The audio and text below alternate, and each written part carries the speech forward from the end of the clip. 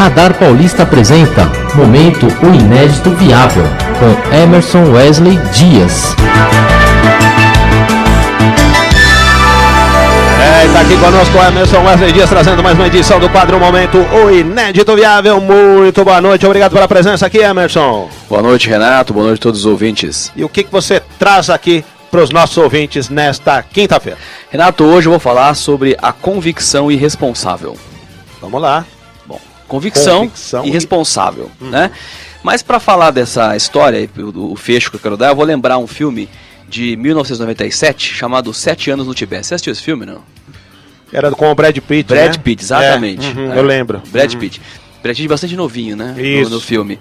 E esse filme ele conta a história do Heinrich Harrer, que é o Brad Pitt no filme, né? Um alemão, ou austríaco, não me lembro, e de um outro cara que eles vão pro Tibete, né? Ali na região do Nepal, escalar um pico lá no Himalaia. E é um pico que muitos alemães já tinham tentado, já tinha morrido várias expedições. E esse cara, né, o Heinrich Harrer, que é o Brad Pitt, era um cara muito arrogante, um cara difícil. Ele se achava o máximo, né, o rei da cocada preta. E cocada preta não, porque é alemão, né, tem cocada loira, né, uma coisa assim. E aí ele, todo cheio de pompa, ele chega no Tibete, e aí ele acha que é o rei do pedaço. O Bam. E ele vai começar a escalada. E na escalada, o Peter Aufschneider, que é o outro rapaz, é um cara mais ponderado, mais equilibrado. E o Brad Pitt, uma hora ele se distrai e ele rola na montanha e machuca a perna, gravemente ele machuca. Sangra, enfim. E ele, como é um cara muito durão, ele disfarça, né? Coloca ali um pouco de pano e tal. E o cara pergunta, né? E aí, você se machucou? Ele fala, não, tá tudo bem, tá tudo sob controle. E ele continua, e numa cena seguinte, e o cara pergunta, olha, se se machucou, você fala, né? Ele, não, tá tudo bem, tá certo. E na cena seguinte, o Peter Aufschneider, ele rola e ele fica preso na corda que o Brad Pitt segura. E o Brad Pitt começa a segurar a corda, se ele soltar a corda o cara vai morrer, vai despencar. E fazendo muita força, começa a sair sangue da perna do Brad Pitt. E ele faz força, mas ele consegue segurar o cara. Quando o cara sobe, o cara vê no chão uma poça de sangue e o cara pergunta, pô, por que você não me contou que você tinha se ferido gravemente, né? E o Brad Pitt no filme, muito arrogante, pô, isso é problema meu, né? Eu que me machuquei e tal. Daí o cara fala, não, isso não é problema seu, né? Quando você põe a minha vida em risco por uma decisão sua, isso também é problema meu. E isso ficou na minha cabeça há muito tempo, de pensar o seguinte, quando você toma uma decisão que envolve outras pessoas, e você está convicto que você está certo, só que se você não estiver, é uma convicção irresponsável. Porque no filme ele arriscou, inclusive, matar gente porque ele, né, omitiu um ferimento. E aí qual que é o fecho e por que eu estou contando essa história? Porque, aliás, eu recomendo que os nossos ouvintes aqui assistam esse filme porque é muito bonito. É um filme que é uma história real, né? O Brad Pitt interpreta um cara que depois, por conta da Segunda Guerra Mundial, eles ficam isolados no Tibete, vivendo por 7 anos, e onde ele conhece o Dalai Lama, que hoje mora na Índia, né, refugiado, mas na época ele era garoto, tinha 12, 15 anos, e é o Dalai Lama, uma história verdadeira. E o Dalai Lama ensina muita coisa pro Brad Pitt, né, essa coisa do equilíbrio na vida, respirar antes de tomar decisão e tal. É um filme muito bonito. E eu tô contando isso porque é o seguinte, né, qual que é a moral da história? Quando você coloca alguém, você que é motoqueiro aí, né, coloca alguém na garupa da sua moto, você não dirige mais só por você, você tá responsável por aquela pessoa.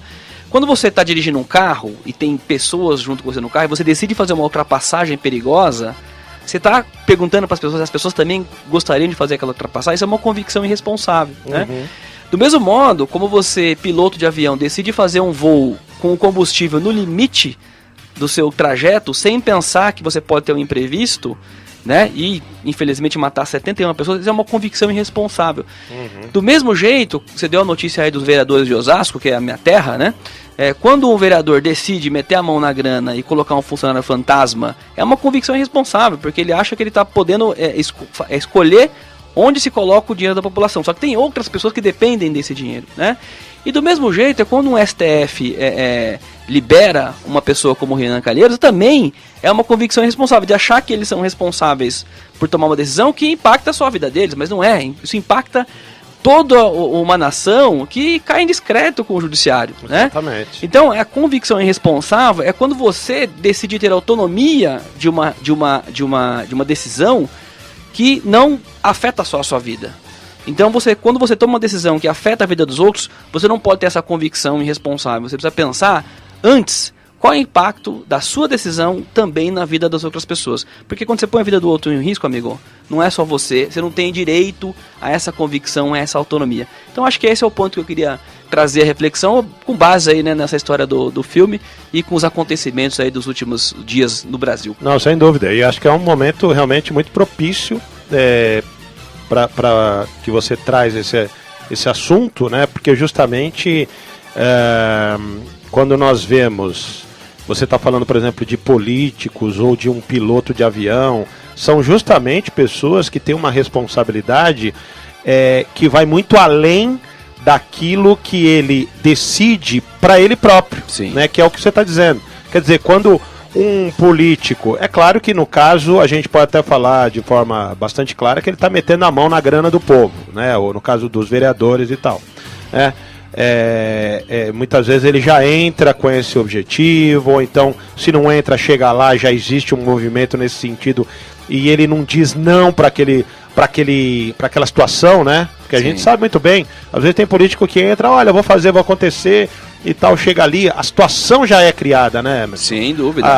Por exemplo, o cara entra na Câmara, se ele não também fizer muitas vezes o jogo do partido dele, ele acaba meio que sendo excluído. Sim. Mas ele pode dizer não, olha, eu não quero dinheiro de ninguém, eu quero ser um cara correto, né? Exatamente. E isso você está falando aí é uma coisa muito importante, porque quando teve as 10 medidas anticorrupção, que o Congresso desfacelou, um dos pontos importantes era o delator do bem. Porque nessa situação, você chega lá e todo mundo mete a mão. Que vantagem você tem de denunciar isso? Você corre até risco de vida. Com certeza. Então, quando você tem uma legislação que te protege, se você disser que estão roubando e disser quem são as pessoas e isso for investigado e provar que é verdadeiro, você vai ser, inclusive, beneficiado financeiramente com parte do dinheiro que for recuperado. E a Câmara tirou isso, né, do projeto. Eles eliminaram isso. Porque é uma... Vamos dizer, eles estimulariam, exatamente, né, esse tipo de denúncia. Porque a pessoa que é decente, Renato, quando ela chega numa situação dessa, ou ela pede demissão, ela fala, não vou ficar aqui porque eu não vou me comprometer com isso, né? E vai embora, porque assim, ela não pode, mas eu sou decente, mas veja bem, né? Se eu não ficar aqui e não fizer parte desse esquema, o que vai acontecer comigo? Ora, se você tem uma coisa chamada virtude, e virtude tem a ver com decência, né, jeito de viver decentemente, você tem que sair fora desse ambiente. Agora, se a legislação não te dá essa possibilidade das pessoas que querem, né, trazer à tona esses assuntos, se manifestarem, aí não tem como o que o STF faz quando libera um Renan Calheiros, um cara que tem 9 processos no STF, que não é investigado. Acho que 11, viu? 11, né? 11 e processos. Aí as pessoas passam a crer que o quê? Não tem justiça, então eu também vou roubar, porque se todo mundo rouba, eu também roubo. É um péssimo exemplo. É um péssimo exemplo. Então essa é uma convicção irresponsável. E eu acho que você tem que colocar essas coisas de forma muito clara para que as pessoas tenham coragem mesmo de denunciar, entendeu? Porque quando esses caras metem a mão, todo mundo sofre, né? Não é uma coisa que... Não pode ser normal aceitar esse tipo de coisa. Não. Tá certíssimo, Emerson Dias. E a frase, você vai... Opa, sempre temos uma frase aqui de reflexão. E a frase de hoje, que tem a ver com essa questão da convicção irresponsável, é: você é livre para fazer suas escolhas, mas é prisioneiro de suas consequências. É isso mesmo. A frase é de quem, essa frase? Atribuída a Pablo Neruda. Mas, como eu nunca vi isso no livro de Pablo Neruda, então eu não sei. Né? E justamente, depois na sequência, vou falar aqui da Neruda, que tá sendo lançado um filme, né? Sobre a história dele. Sim. Mas muito bacana, importantíssimo mesmo a gente dar esse toque aqui para os nossos ouvintes sobre a convicção, né, irresponsável. É isso aí. Deixe seus contatos aqui para os nossos ouvintes. O site é www.oineditoviavel.com.br. Nas redes sociais é só procurar O Inédito Viável, inclusive lá no YouTube, no canal O Inédito Viável. No YouTube você tem acesso a todo o acervo das nossas falas aqui no Radar Paulista, às terças e quintas, que semana que vem, Renato, completa 1 ano.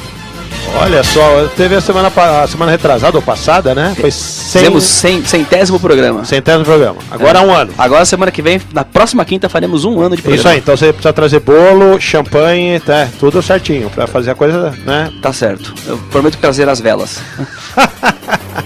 Tá certo, Emerson. Te aguardo aqui então na terça-feira. Até terça-feira, Renato. Um abraço.